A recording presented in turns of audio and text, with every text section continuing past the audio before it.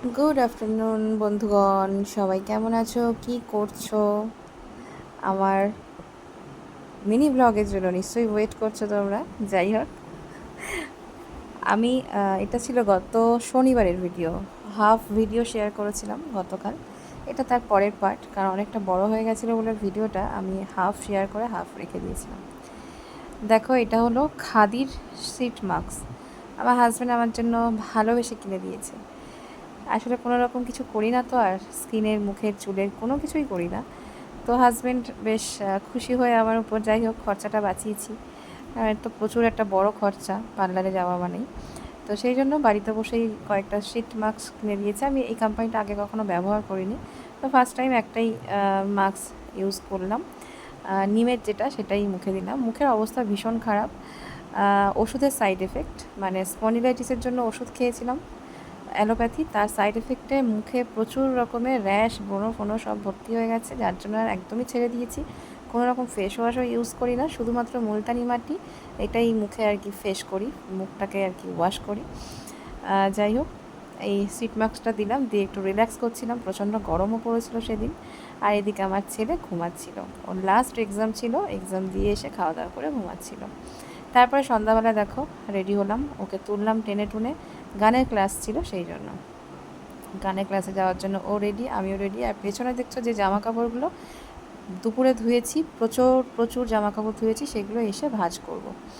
তো রাস্তায় দেখো রাধাচূড়া ফুল পড়ে রয়েছে, কি সুন্দর, খুব ভালো লাগে। পুরনো স্মৃতি মনে পড়ে, কারণ আমার বাপের বাড়ি যেখানে আমি ছোট থেকে বড় হয়েছি, মাঠে প্রচুর বিছিয়ে থাকতো এই টাইমটা রাধাচূড়া ফুল। তো সেই স্মৃতি মনে পড়াতেই হাতে কয়েকটা ফুল নিয়ে নিলাম, নিয়ে এই ছবিটাও পোস্ট করেছিলাম, তোমাদেরকে দেখিয়েছিলাম। অনেকে বলতে পেরেছো, অনেকে বলতে পারোনি, এটা ছিল রাধাচূড়া ফুল। ভীষণ সুন্দর দেখতে। আর আমার এক বান্ধবী থাকে আমার বাড়ির পাশে, তার গাছে লিচু হয়েছিল, তো আমাকে লিচুগুলো দিয়েছিল খাওয়ার জন্য। তার বাড়িতে গেছিলাম ছেলের গানের ক্লাস করে নিয়ে, আমার বাড়ির পাশেই। আর আমি যে দই পেতেছিলাম, তোমাদের সাথে শেয়ার করেছিলাম, সেই দইটা দেখো কত সুন্দর জমে গেছে। ফ্রিজের মধ্যে রেখেছিলাম সেট হওয়ার জন্য দইটা, রোদ্রে থেকে নিয়ে গিয়ে ফ্রিজে রেখেছিলাম। রোদ্রে রেখেছিলাম প্রায় 4-5 ঘন্টা, তারপরে ফ্রিজে ঢুকিয়ে রেখেছিলাম।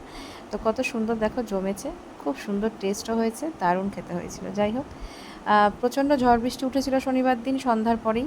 আমি সেই অবস্থাতেই লাইভ শেষ করেছিলাম, লাইভে বসেছিলাম।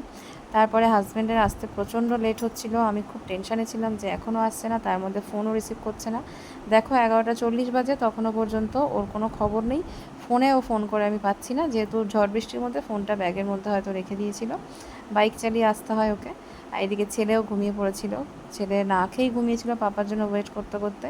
আর এদিকে দেখো প্রচণ্ড বৃষ্টিও হচ্ছে, হালকা হাওয়া হচ্ছে, ঝড় হচ্ছে একরকম।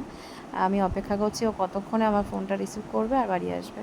প্রচণ্ড টেনশানে ছিলাম। যাই হোক, ও বাড়িতে এসেছিলো 12টা 15 দিকে। মাঝখানে একবারই ফোন করেছিল আমার ফোন পেয়ে, তখন ও এয়ারপোর্টের কাছে ছিল। আমি বসে বসে অপেক্ষা করছিলাম। তারপরে ওই ফোনটা পাওয়ার পর একটু রিল্যাক্স করলাম যে আসছে, ঠিকঠাক আছে। তারপর বাড়িতে আসলো 12টা 15। তারপরে ও ফ্রেশ হওয়ার পরেই আমরা সবাই মিলে ডিনার করলাম। আর একটু দইটাকেও চেখে দেখলাম, খুব সুন্দর হয়েছিল, আমার হাজব্যান্ড খেলো। হ্যাঁ, ঘরে পাতা দই। তো ভিডিওটা এই পর্যন্ত কেমন লাগলো অবশ্যই জানিও, তোমাদের কমেন্টের অপেক্ষায় রইলাম। সবাই ভালো থেকো, সুস্থ থেকো, টাটা।